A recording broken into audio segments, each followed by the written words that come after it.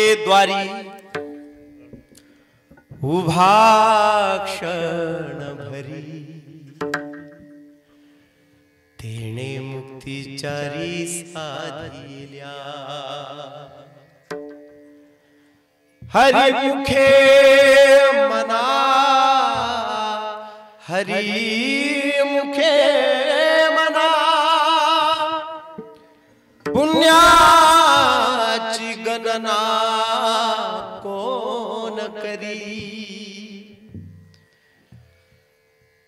असोनी संसार जिव्हावे गुकरी वेदशास्त्र भारी बाया सदा हरि मुखे मना हरि मुखे मना पुण्याची गणना कोण करी ज्ञानदेव म्हणे व्यासाची खुणे द्वारकेचे राणे पांडवा घरी हरिमुखे म्हणा हरिमुखे म्हणा पुण्याची गणना कोण करी वक्रतुंड महाकाय सूर्यकोटी समप्रभ निर्विघ्नं कुरु मे देव शुभ कार्येषु सर्वदा वंदुदेव गजानन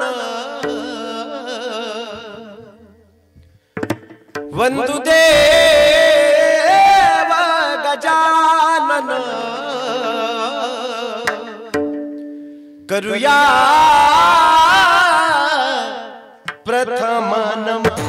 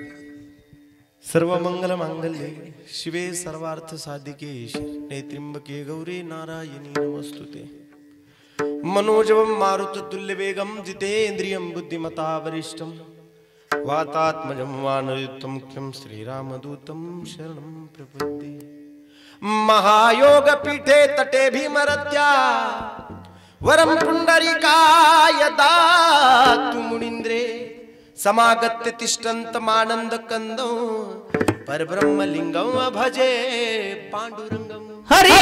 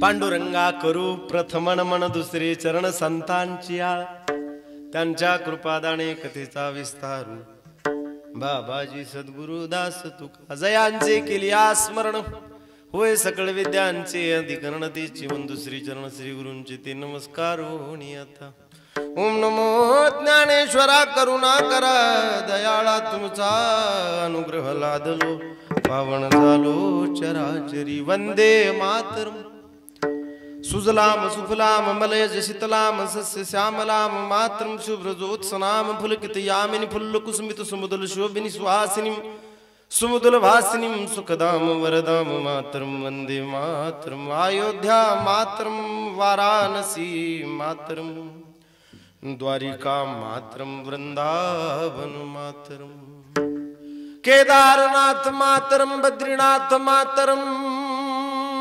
जगन्नाथ मातरम गंगा सागर मातरम सप्त सिंधु मातरम सप्त गंगा मातरम 12 ज्योतिर्लिंगम मातरम गणेश अष्टक मातरम सर्व शक्तिपीठ मातरम सब संतन मातरम अलंकापुरी मातरम देहू नगरी मातरम पंढरपुर नगरी मातरम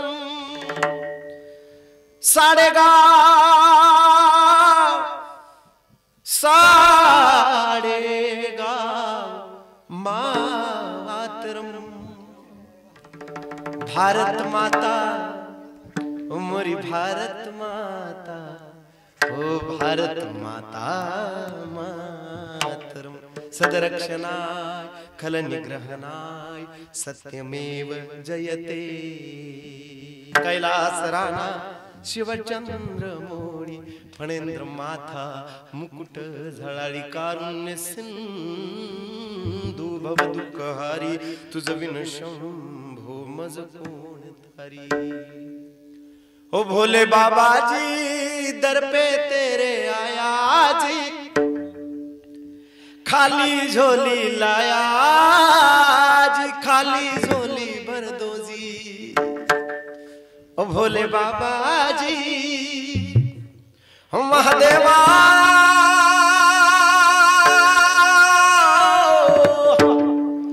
महादेवा तेरा डमरू डम डम तेरा मृदंग डम डम डम डम बजता जाए रे हो महादेवा तेरा डमरू डम डम डम डम बजता जाए रे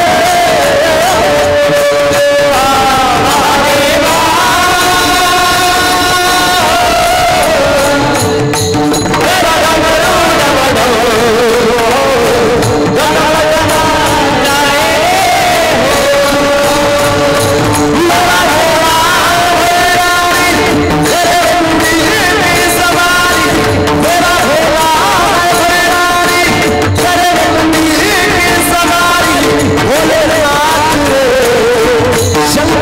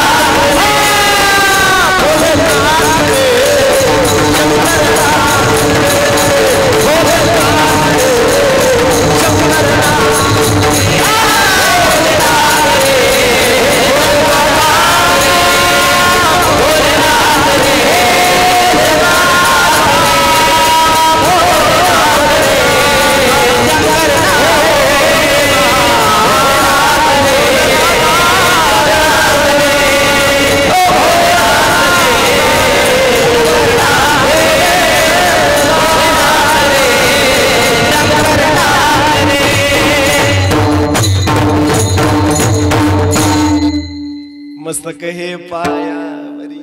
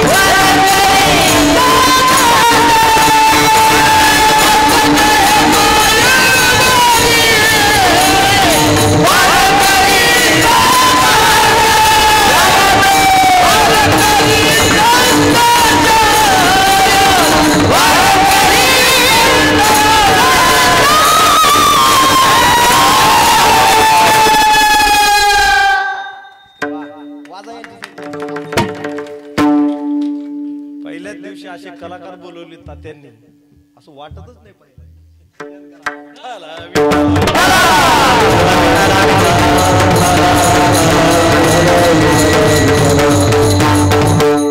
मस्तक हे पायावरी या बारकरी साता देवाची ये द्वारी उभा क्षणभर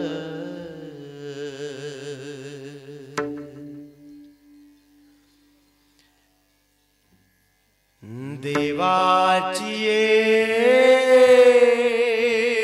द्वारी उभा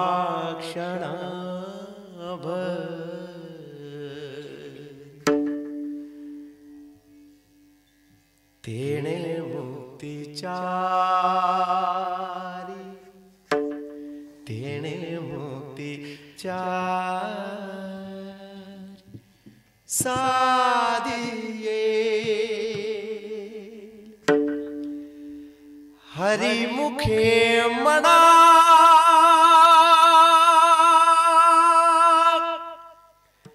हरिमुखे मना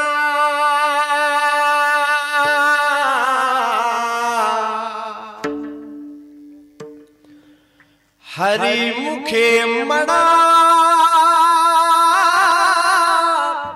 हरिमुखे मना पुण्याची गणना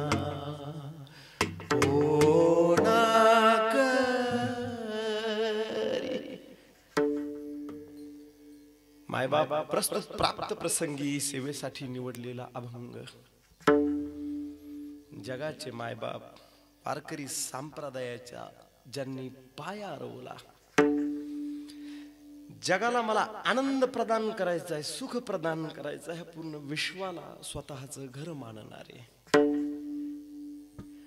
भगवान परमात्म्याचा 11वा अवतार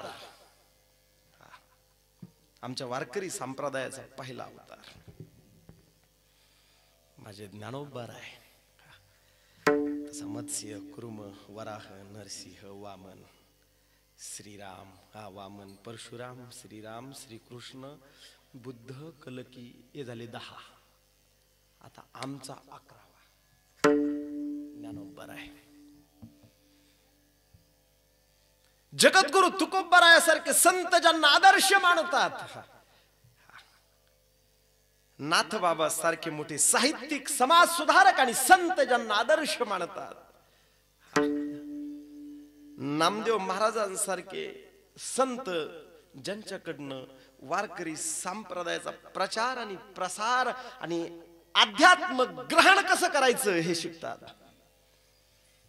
असे माझे ज्ञानोबा आहे संपूर्ण असणारा माझा वारकरी संप्रदाय आणि त्या वारकरी संप्रदायातला प्रत्येक असणारा महात्मा माझ्या ज्ञानोबरायाला माऊली म्हणतो ज्ञानोबरायाचा हा 4 चरणांचा अभंग सेवेसाठी निवडलेला आहे मायबाप ज्ञानोबा या अभंगाद्वारे अतिशय सुंदर अशा प्रकारचा परमार्थ सांगतात फक्त 2 चरणामध्ये. पहिलं चरण आणि दुसरं चरण. देवाची द्वारी उभा क्षणभरी. अरे देवाच्या दारामध्ये फक्त एक क्षणभर उभा राहा, काय होईल?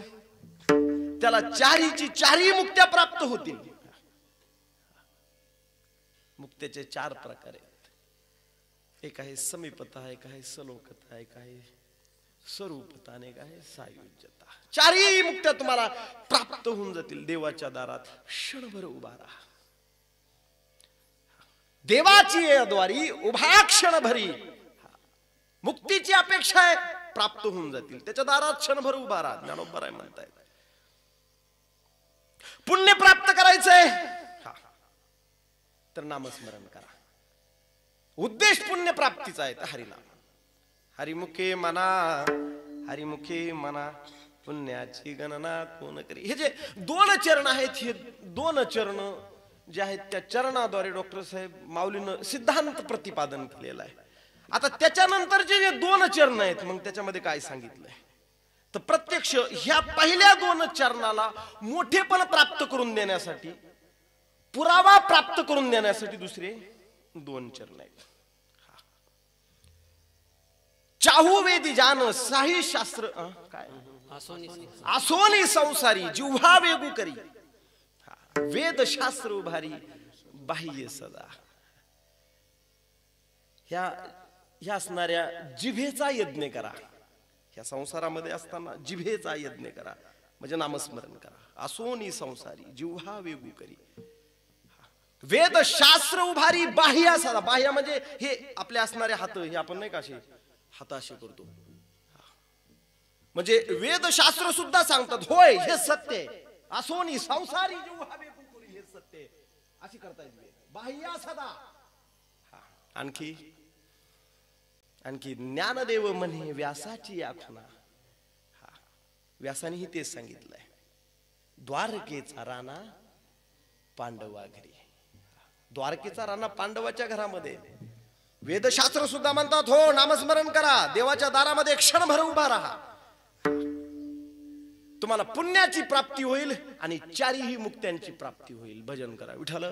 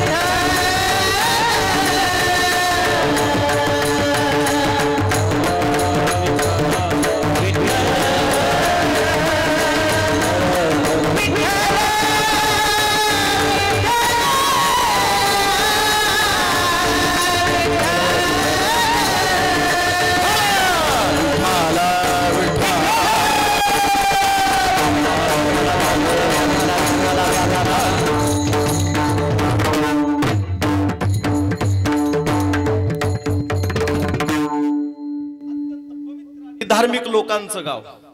प्रत्यक्ष गावाच्या असणाऱ्या कणाकणामध्ये भगवान शंकर अस्तित्वात येत माय बाबा. प्रभू रामचंद्राची असणारी ही अत्यंत पावन अशा प्रकारची नगरी. शास्त्रामध्ये सुद्धा पुराणामध्ये सुद्धा ह्या असणाऱ्या साडेगाव नगरीचा उल्लेख येतो माय बाबा. गोदा काठाच्या तीरावर बसलेली ही नगरी आणि या नगरीमध्ये गेल्या 30 वर्षापासून साधू संतांच्या परमात्म्याच्या तसेच गुरुवर्य परमपूज्य संत भानुदास महाराज रामदासी यांच्या कृपाशीर्वादाने तसेच गुरुवर्य परमपूज्य सुरेश महाराज रामदासी यांच्या शुभ हस्ते तसेच आत्माराम महाराज यांच्या सुद्धा आशीर्वादाने आमच्या असणारे तात्या हुंडे तात्या, गावातील तरुण मंडळी, गावातील वृद्ध मंडळी, गावातील असणारे भजनी मंडळी, गावातील असणारे सर्व राजकीय मंडळी, त्यानंतर महिला, विद्यार्थी वारकरी सर्वांच्या असणाऱ्या अथक परिश्रमामधून तसेच पंचक्रोशीतील सर्व असणारे वारकरी मंडळी यांच्या सुद्धा उपस्थितीमध्ये चालत आलेला अखंड हरिनाम सप्ताह आणि या अखंड हरिनाम सप्ताहाची मज पामराला लाभलेली ही प्रथम दिवसाची कीर्तन रूपी सेवा. भजन करा विठ्ठल विठ्ठला.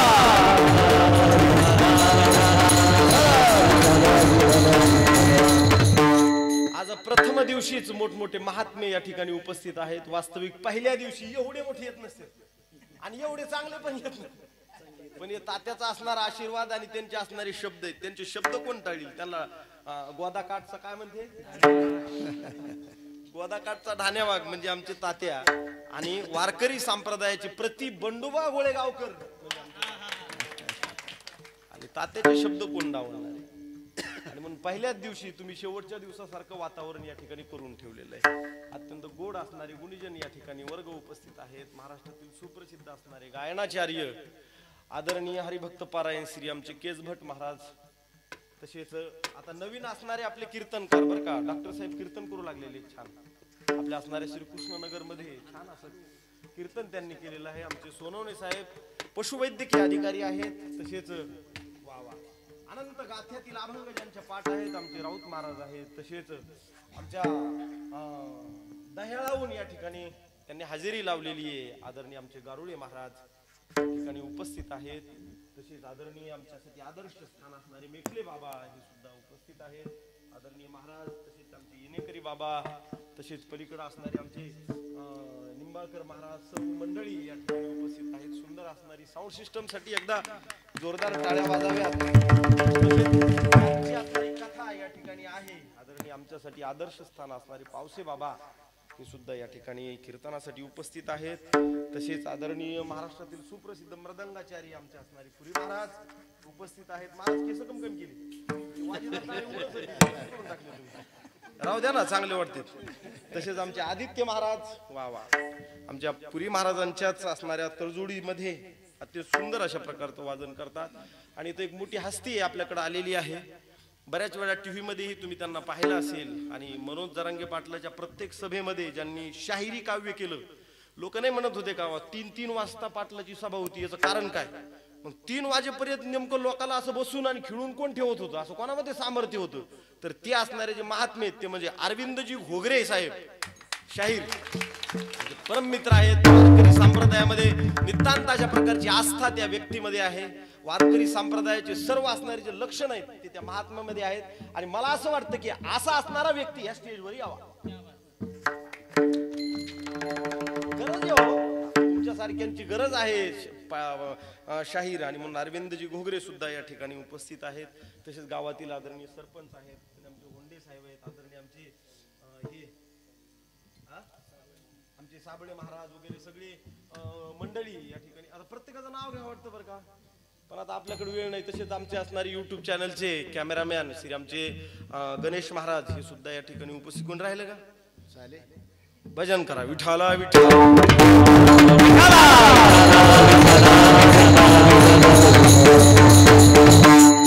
काय होतं माहितीये का, एक तर माझ्या नाव ध्यानात राहत नाही, डोक्यातच लई किचकिच आपल्या. इकडं पोलीस स्टेशन, एकीकडे हे, एकीकडं बंदोबस्त, एकीकडं लोकांचा ताण, एकीकडं काय काय, एकीकडं परमार्थ, ते दुसरी तिसरीकडं कीर्तन.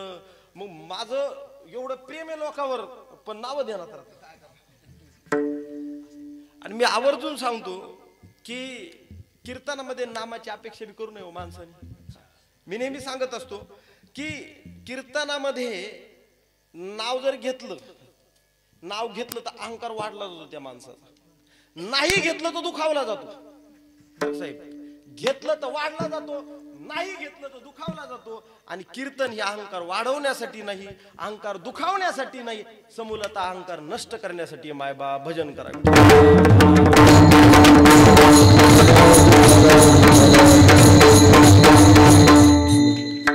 सरळ सरळ अभंगाकडे आपण वळूया. ज्ञानोबरायचा असणारा अत्यंत गोड असा हरिपाठातील अभंग आहे. सर्व महिला मंडळींच्या मला वाटतं हा अभंग पाठ असेल, बऱ्याच पुरुष मंडळीचा हे अभंग पाठ असेल.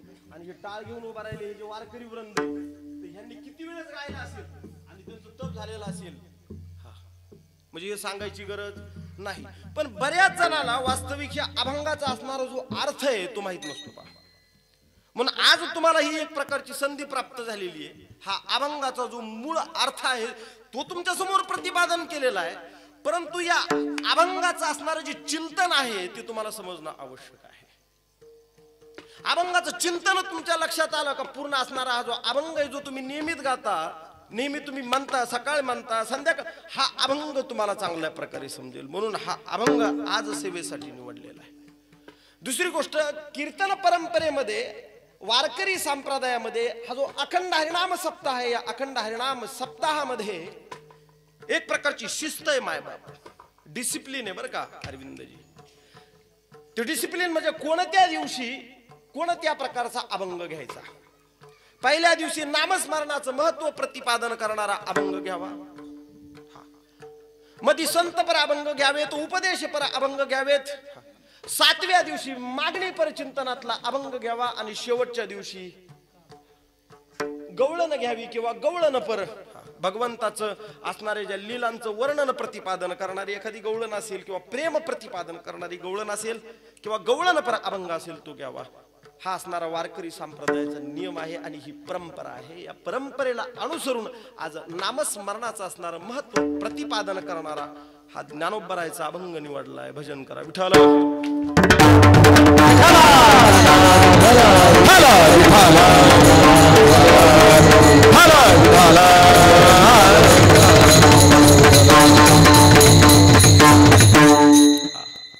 मायबाप लक्ष द्या, ज्ञानोबरायांनी ज्ञानेश्वरी लिहिली. वास्तविक ज्ञानेश्वरी एक असा ग्रंथ आहे, त्या ग्रंथामध्ये प्रत्यक्ष आपले असणारे जे 4 वेद आहेत ते 4ही वेद ज्ञानेश्वरीमध्ये तुम्हाला पाहायला मिळतील. प्रत्यक्ष असणारी भगवद्गीता तुम्हाला ज्ञानेश्वरीमध्ये पाहायला मिळेल. धर्मशास्त्र आणि धर्मातील पुराणे आणि त्या पुराणांचे असणारे दाखले हे तुम्हाला ज्ञानेश्वरीमध्ये पाहायला मिळतील. विज्ञान आणि विज्ञानातील सिद्धांत हे सुद्धा तुम्हाला ज्ञानेश्वरीमध्ये पाहायला मिळतील. ज्ञानोबरायांनी ज्ञानेश्वरी लिहिली, जगातला सर्वात मोठा तत्वज्ञान प्रतिपादन करणारा ग्रंथ लिहिला, पण तरी ज्ञानोबराय समाधानी नाहीत. ज्ञानोबरायाला वाटलं की ह्या असणाऱ्या जनांसाठी आणखी काहीतरी मी करावं, आणि म्हणून ज्ञानोबरायांनी अमृतानुभव लिहिला. अमृतानुभव म्हणजे अद्वैत असणारं जे तत्वज्ञान आहे ते प्रतिपादन करणारा धर्मग्रंथ. तरी ज्ञानोबरायाला समाधान नाहीये. ज्ञानोबरायांनी काही अभंगाच्या रचना केल्या तरी ज्ञानोबरायाला समाधान नाही. पण ज्यावेळेस ज्ञानोबराय फक्त 27 अभंगाचा हरिपाठ लिहितात मायबाप, त्यावेळेस मात्र ज्ञानोबरायाला समाधान आहे. आणि त्याच्यानंतर मग ज्ञानोबराय समाधीकडे वळतायत. ज्ञानेश्वरी लिहिली, समाधान नाही. अमृतानुभव लिहिलाय, समाधान नाही. अनंत अभंग लिहिले, समाधान नाही. ज्ञानोबरायाला असं वाटतंय की या सर्व असणारे जे धर्मशास्त्र आहेत, 18 पुराण आहेत, 4 वेद आहेत, ह्या प्रत्येक तुम्ही जर उत्तरेकडे गेले किंवा फॉरेन मध्ये गेले तरी तिथं काही लोक भजन करतात पहा, पण बिचाऱ्यांना फक्त नामस्मरणच करावं लागतं. म्हणून त्यांची संख्या अत्यंत कमी आहे. नुसतं रामकृष्ण हरी रामकृष्ण हरी रामकृष्ण हरी म्हणायचं म्हटलं थोडा कंटाळा येतो. पण आमच्या वारकरी संप्रदायांनी आमच्यासाठी हे रामकृष्ण हरी जे शब्द आहेत ते विशिष्ट प्रकारचे असणाऱ्या अभंगामध्ये बांधून आमच्यासाठी ते अभंग असे खुले करून ठेवले. दैवाची गोष्ट आम्ही ते घेत नाहीत. वारकरी संप्रदायाने घालून दिलेले असणारे नियम आहेत शाहीर, ते नियम जरी माणसाला पाळले तरी त्याच्याकडून प्रचंड मोठा आणि चांगला परमार्थ होऊ शकतो. सकाळी त्यानं उठावं आणि काकडा गावा, परमार्थ होणार आहे. नंतर त्याला देवपूजा करावी, नंतर थोडी ज्ञानेश्वरी वाचावी, नंतर थोडा गाथा वाचावा, आणि त्याचे असणारे जे नित्य नैमित्तिक स्वरूपाचे कर्म आहेत ते त्यानं करावेत. संध्याकाळ झाली का त्यानं अर्ध्या तासामध्ये हा 27 अभंगाचा हरिपाठ गावा. बस झाला त्याचा परमार्थ. त्याचा परमार्थ सफल झाला बाय बाप. हे आम्हाला आमच्या साधू संतांनी तयार करून ठेवलं आहे. दुर्दैवाची गोष्ट आहे की एवढं असणारं साहित्य आमच्यासाठी करून ठेवलंय तरी काही लोक तिकडे वळत नाहीयेत. शाहीर जर तुम्ही नियमित काकडा जर म्हटले ना, काकडा तर नैराश्यग्रस्त माणूस सुद्धा त्या निराशेमधून बाहेर येऊ शकतो. दिवसभर कसं जगायचं हा संदेश आमचा काकडा देतो. बाबा आंधळे आणि पांगळे जरी असले ना, आंधळे पांगळे त्यांच्यामध्ये सुद्धा ऊर्जा प्रदान करण्याचं सामर्थ्य माझ्या काकड्यात आहे. पण दुर्दैवाची गोष्ट बरेच लोक आहेत त्यांना काकडा काय आणि काकड्यातले अभंग काय हे माहित नाही. तुमच्या असणाऱ्या आयुष्यभराचा जो परमार्थ आहे तो परमार्थ फक्त माझ्या हरिपाठानं होऊ शकतो. तुम्ही जिथं असताल तिथं बसावं आणि फक्त अर्ध्या तासामध्ये हरिपाठ करावा. दिवसभराचं पुण्य आणि रात्री सुद्धा तुम्हाला अत्यंत शांत अशा प्रकारची झोप लागेल. माय बाप तुमच्या अंतःकरणातले जे पाप आहेत त्या पापाची निवृत्ती होईल. निवृत्ती झाली का चित्त शुद्ध होईल. चित्त शुद्ध झालं का मन स्थिर होईल. आणि मन स्थिर झालं का समाधान. समाधान प्राप्त झाली का अस्वस्थता संपल आणि तुम्ही शांत झोपताल. सामर्थ्य. पण दुर्दैव आहे की याचा उपयोग ह्या असणाऱ्या समस्त वारकरी संप्रदायामध्ये जन्मलेले जे लोक आहेत त्यातले फक्त 10% फॉलो करतात. बाकीचे 90% जे लोक आहेत विद्यार्थी आहेत त्यांना माहित सुद्धा नाही. दुर्दैव आहे बाबा. शाहीर याच्यापेक्षाही मोठं दुर्दैव सांगतो तुम्हाला. थोडस एका चिंतनाकडे घेऊन जातो. एक अंदमान निकोबारच्या पलीकडे एक बेट आहे. तिथं अत्यंत विचित्र अशा प्रकारचे लोक राहतात. त्यांना काहीच कळत नाही. त्यांना असं वाटतं की त्यांचा बेट म्हणजे त्यांची संस्कृती. अंदमान निकोबारच्या पलीकडे आदिवासी तिथला असणारा तो वर्ग राहतो.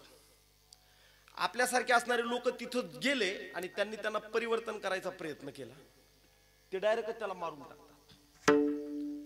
जीसस काय आहे आणि ख्राइस्ट काय आहे, ख्रिश्चन काय आहे, त्या ख्रिश्चन असणारा धर्म ह्या लोकांना समजावा म्हणून प्रेरित होऊन स्वतःच्या जीवाची पर्वा न करता लोक तिथे गेले. ते कारण आमचा जीसस आमचा ख्राइस्ट हा त्या लोकांना समजावा तिथे गेले. शेवटी त्याला मारलं त्या लोकांनी. परत दुसरा गेला त्यालाही मारलं. पण तरी तिथे जात आहेत धर्म प्रसार करण्यासाठी. दुर्दैवाची गोष्ट अशी आहे की आमच्या घरामध्ये असणारा माळकरी हा कधी पोराला म्हणत नाही तू माळ घाल म्हणून. दुर्दैव आहे बरं का. त्याला माहितीये माळ घातला तर फायदा आहे. ह्यानी जर माळ घातलं तर याचं कल्याण होणार आहे. ह्यानी जर माळ घातली तर पुढे निर्वेशनी जगणार आहे. ह्यानी माळ घातलं तर याच्या गरजा अत्यंत कमी राहणार आहेत. आपण जे कमवून ठेवलंय हे सुद्धा हा व्यवस्थित सांभाळणार आहे आणि आपल्याला सुद्धा हा व्यवस्थित सांभाळणार आहे. माळ घातली का साधू संतांचे असणारे लक्षण आपोआप त्याच्यामध्ये येतात. पण तरीही माळकरी बाप सुद्धा लेकाला म्हणत नाही तू माळ घाल म्हणून. इकडं सुद्धा आमची तीच परिस्थिती. लहान लेकरू हाडकं फोडीत असलं तर कधी माता माऊली म्हणत नाही की हे करू नकोस तू. उलट तयार करून ती नाही खाणार तिच्या गळ्यात माळ. पण लेकराला सकाळी अंडे तयार करून देईल. बऱ्याच अशा महिला गंभीर समस्या. मी तुम्हाला सांगू हा कल्याणपद असणारा हा साधू संतांचा जो धर्म आहे तो घराघरात पोहोचायला पाहिजे. तो तुमच्या नातेवाईकात पोहोचायला पाहिजे. तो तुमच्या गणगोतात पोहोचायला पाहिजे. कारण तो कल्याणप्रद आहे तुमच्या संसारासाठी सुद्धा आणि तुमच्या असणाऱ्या अध्यात्मासाठी सुद्धा. डॉक्टर साहेब म्हणून तुम्ही तुमच्या लेकरांना माळ घालण्यासाठी प्रवृत्त करा. तुम्ही तुमच्या लेकरांना काकडा म्हणण्यासाठी प्रवृत्त करा आणि तुमच्या लेकरांना तुम्ही संध्याकाळी हरिपाठ म्हणण्यासाठी प्रवृत्त करा. माय बाप तुमच्या लेकरांचं सुद्धा कल्याण झाल्याशिवाय राहणार नाही. भजन करा विठ्ठल.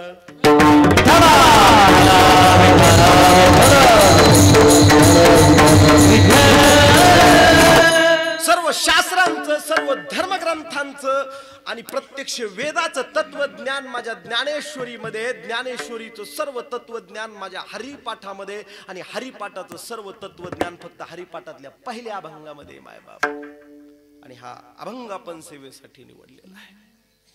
काय म्हणतात ज्ञानोबा आहे का. देवाची ये द्वारी उभा क्षण भारी तेणे मुक्तीचारी साधविल्या. देवाच्या दारामध्ये सर्वात अगोदर तुम्ही उभा राहा. आता देवाचे एकूण दोन प्रकारचे दार आहेत बर का.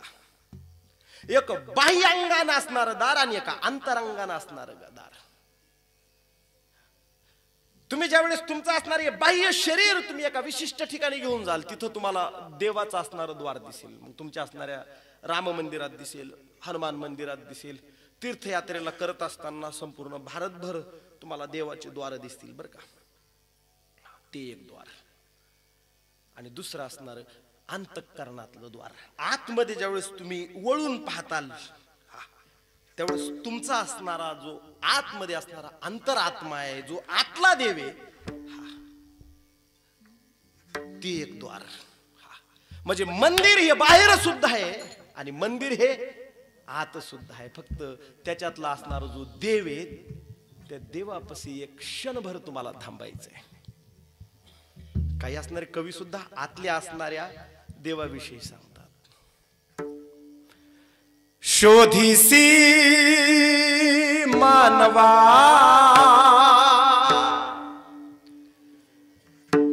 आतलं द्वार सांगतो या. रावळी मंदिरी नांदतो देव आपल्या अंतरी. शोधिसी मानवा रावळी मंदिरी नांदतो देव आपल्या अंतरी. शोधिसी मानवा रावळी मंदिरी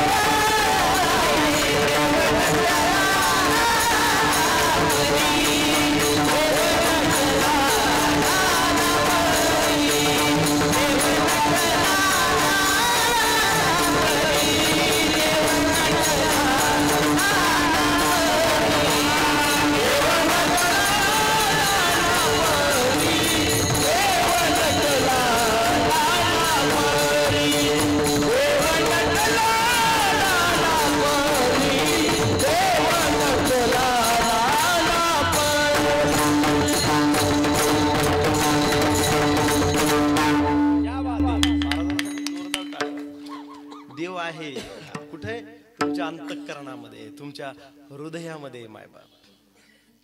तुका म्हणे देह हरीला विठ्ठले आतमध्ये लपलेला आहे. आमची जनाबाई तरी असं म्हणतात की तो इकडे तिकडे पळत होता, आम्ही बळजबरीने धरला धरीला पंढरीचा जोर, धरीला पंढरीचा जोर, धरीला पंढरीचा जोर,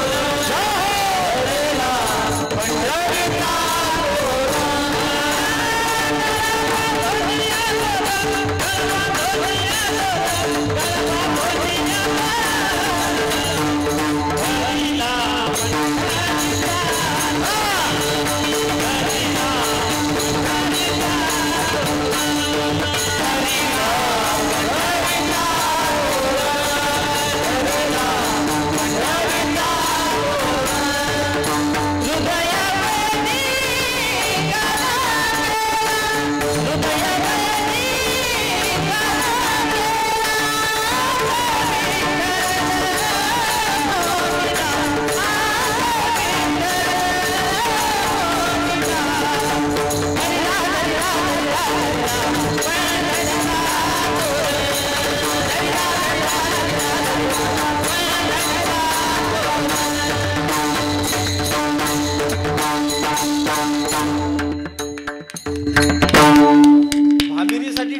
महाराजांचा येण्यासाठी टाळ्या वाजा.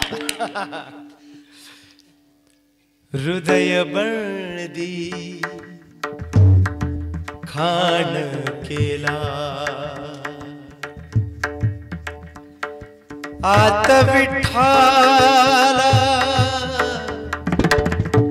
कोंडीला हृदय बंदी खान के आत विठ्ठल कोंडीला धरिला धरिला पंढरीचा चोर.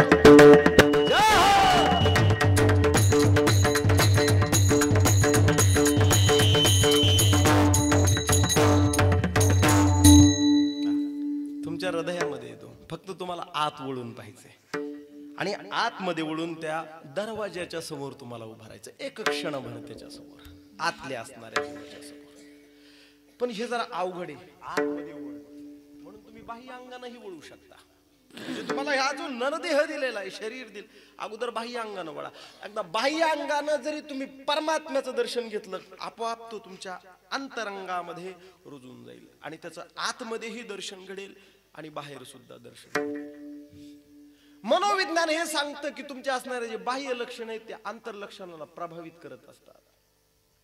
बाह्य अंगानं परमार्थ घडला का अंतरंगानं परमार्थ घडत जातो. बाह्य अंगानं तुम्ही परमात्म्याच्या दारात उभा राहिले का अंतरंगानंही तुम्ही आपोआप परमात्म्याच्या दारात उभा राहणार आहात.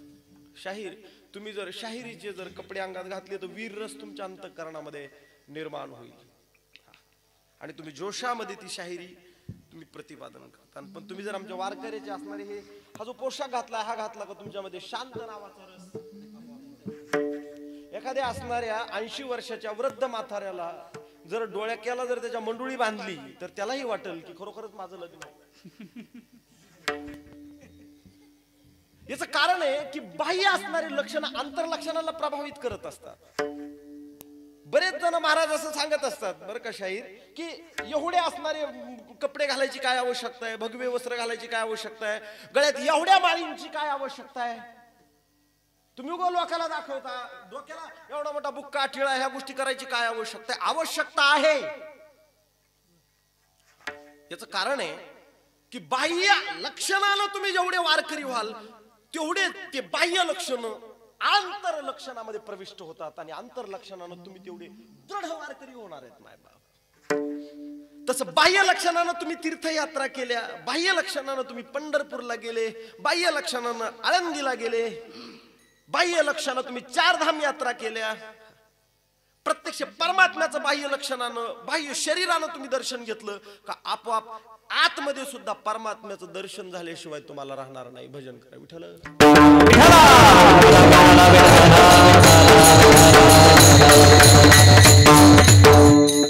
आता याच्यामध्ये शाहीर बरेच असणारे लोक आहेत, काय गरज आहे 2-4 धाम यात्रा करायची, आपल्याकडे आहे ना पंढरपूर, पंढरपूरला जायचं, काय गरज तुम्हाला पुरा भारत, असे काही म्हणणारे आहेत. पण भारतीय असणारी संस्कृती आणि भारतीय असणारा हा जो धर्म आहे, या धर्मामध्ये असणारे अत्यंत सुंदर सुंदर अशा प्रकारचे मंदिर आणि जागृत देवस्थान पाहण्यासाठी आणि दर्शन घेण्यासाठी सगळं जग येते पैसा खर्च करून. विश्वातले असणारे जे काळे लोक आहेत, तिकडले गोरे लोक आहेत, ते इथे येतात. आपण कधी जातो का? बाबा तुम्ही कधी इंग्लंडला जायचं स्वप्न पाहिलं का? नाही पाहिलं. तुम्हाला माहिती जाऊनच उपयोग नाही, तिथं काय भेटणार. तुम्हाला कसं वाटतं कधी महाराज दारुले महाराज मी अमेरिकेला जाऊ, काय तिथं जाऊन काय फायदा आहे. पण त्या विदेशातल्या लोकांना वाटतं की तिथं यावं, आम्ही केदारनाथाला जावं, आम्ही बद्रीनाथाला जावं, आम्ही 12 ज्योतिर्लिंग पाहावेत, आम्ही कोणार्क पाहावा, आम्ही बालाजी. त्या लोकांना वाटतं येतात ती. मला तुम्हाला हे सांगायचं, हे वैभव हे फक्त भारतामध्ये, हे वैभव या आर्यव्रतामध्ये. आणि हा जन्म प्राप्त झालाय ना, विदेशातले लोक इथे येऊन पाहते, तुम्हाला काय अडचण. शाहीर आत्मसाक्षात्कार होतो माणसाला. केदारनाथाचं असणारं दर्शन करायला गेलो होतो. केदारनाथाच्या असणाऱ्या त्या गौरीकुंडापर्यंत जाण्यासाठी बाबा जवळपास 15 ते 20 किलोमीटर चालावं लागते. तिथं बरीच प्रक्रिया आहे, ती तिकीट फाडणं, पावत्या फाडणं, तिथपर्यंत जाणं. गौरीकुंडाच्या पुढं केदारनाथ हा 40 किलोमीटर, तिथपर्यंत चालायचं आणि परत असं वर चालायचं. आणि मग सकाळी जी लागलो तर आम्ही चालायला, तर आम्हाला संध्याकाळी 11 वाजली. कुठं? आणि 11 वाजल्यानंतर असं 2 किलोमीटर अंतरावर असं भगवान केदारनाथाचं असणार सुंदर अशा प्रकारचं मंदिर दिसू लागलं. अक्षरशः दिवसभर 50 ते 60 किलोमीटर जे चालल्याला सगळा शीन भाग निघून गेला. तिथं असणारा तो जो पर्वत आहे आणि त्या पर्वताच्या मधून वाहणारी असणारी ती मंदाकिनी नदी, आणि त्या पर्वताचा आकार सुद्धा महादेवाच्या पिंडीसारखा आहे. आणि ते जे मंदिर आहे ना ते प्रसिद्ध, ते सुद्धा प्रत्यक्ष मधोमध बसल्यासारखं वाटतं. त्या मंदिराचा एक चमत्कार सुद्धा सांगतो तुम्हाला, गेले तर पहा, नाहीतर युट्यूबवर सुद्धा पहा. 2013च्या दरम्यान काही नराधम असणारे लोक त्याचा दुरुपयोग करू लागले वाईट कृत्य करण्यासाठी. वर लॉजेस तयार झाल्या, वर हॉटेल तयार झाल्या, दारू पिण्यासाठी, व्यभिचार करण्यासाठी. आता तो महाकाल आहे,